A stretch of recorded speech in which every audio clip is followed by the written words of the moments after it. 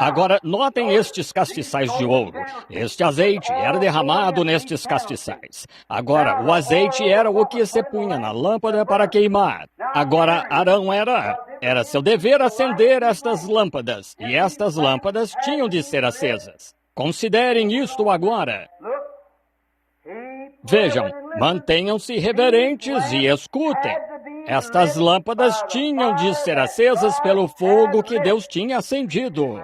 Os filhos de Arão entraram com fogo estranho e Deus os matou na porta. Isso mesmo, fogo estranho, o fogo que Deus acendeu. E notem, agora, os castiçais tinham forma de arco. Aqui estava um castiçal, 2, 3, 4, para cima, 5, 6, 7, assim. Agora, esses castiçais de ouro aqui, como ele diz daqui a pouco, leiamos um pouco mais, talvez entendamos. E ouçam o que ele disse agora. Muito bem. E sua cabeça, creio ter me adiantado ao versículo 12 ali. 7 castiçais de ouro. Versículo 13. E no meio dos 7 castiçais de ouro, um semelhante ao filho do homem, vestido até os pés, de uma roupa comprida e cingido pelos peitos com um cinto de ouro. E a sua cabeça era como seu cabelo era branco como lã, branco como a neve, e os seus olhos chamas de fogo. Agora paremos um instante, pois não podemos deixar essa cena aí assim. Olhem para estes castiçais posicionados aqui agora. Bem, esses castiçais, como veremos um pouco mais tarde, representam as 7 eras da igreja. Eles representam Éfeso, Pérgamo e assim por diante, até Filadélfia e até Laodiceia. 7 eras da igreja. E cada um destes pequenos castiçais tinha uma pequena botija de azeite ali, e este azeite queimava nessa vela. Agora, quando uma vela era acesa pelo fogo de Deus, eles pegavam essa vela e acendiam a outra, então a punham ali. E acendiam a outra, e uma acendia a outra, acendia a outra, acendia a outra, até a última vela. Notem, o mesmo azeite. Agora, estas 7 eras da igreja começam com Éfeso, Tiatira, Pérgamo e assim por diante. E o Espírito Santo, que é o azeite de Deus, caiu na igreja no princípio, em Éfeso. A igreja de Éfeso, que era a igreja da graça, vocês, batistas, deveriam gritar amém aí. E então, sobre a igreja da graça, que é em Éfeso, e a carta aos Efésios nos mostra quem nós éramos antes da fundação do mundo. Caiu lá e eles receberam o Espírito Santo. Mas espere um minuto, meu irmão Batista.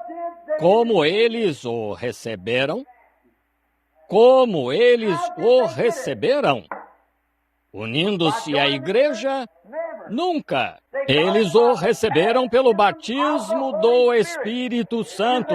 Você diz, sim, irmão Branham, isso mesmo. O que aconteceu com você quando ele caiu em você? Note, o mesmo fogo que queimou o azeite lá em Éfeso, queimou em Tiatira, o mesmo fogo que queimou lá, queimou em Pérgamo, queimou até a era da igreja de Laodiceia.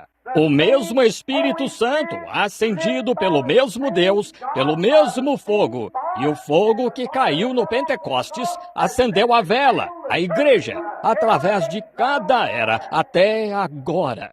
Mas o problema é que nós, batistas, nós, metodistas, estamos bem atrás aqui em cima, tentando usar algo histórico. E aqui vai a igreja, aqui embaixo. Isso mesmo, é aí que somos deixados para trás.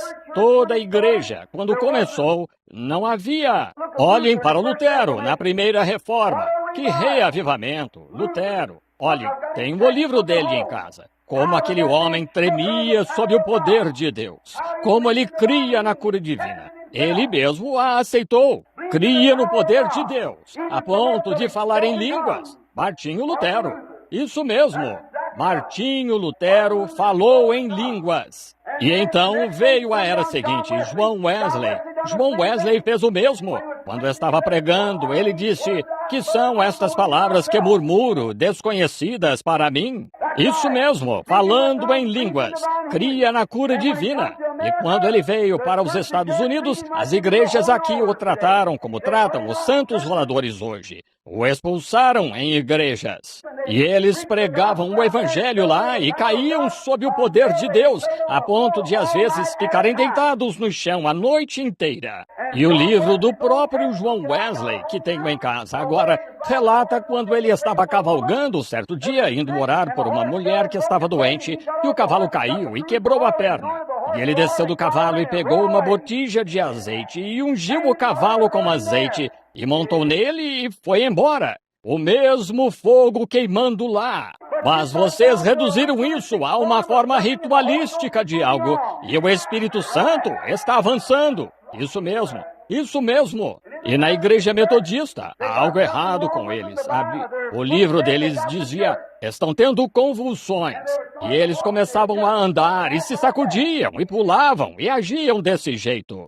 Em suas reuniões de tenda e tal, os metodistas. Ora, irmão, se João Wesley pudesse surgir em cena, ele ficaria tão envergonhado de vocês que os negaria, ou lhes daria uma boa surra do evangelho com o evangelho que ele pregou. Estive, não faz muito, junto ao santuário, onde soltaram aqueles cães de caça, aquele dia, quando ele estava pregando o novo nascimento e tal, é isso. E a eminente igreja da Inglaterra soltou aqueles cães contra ele.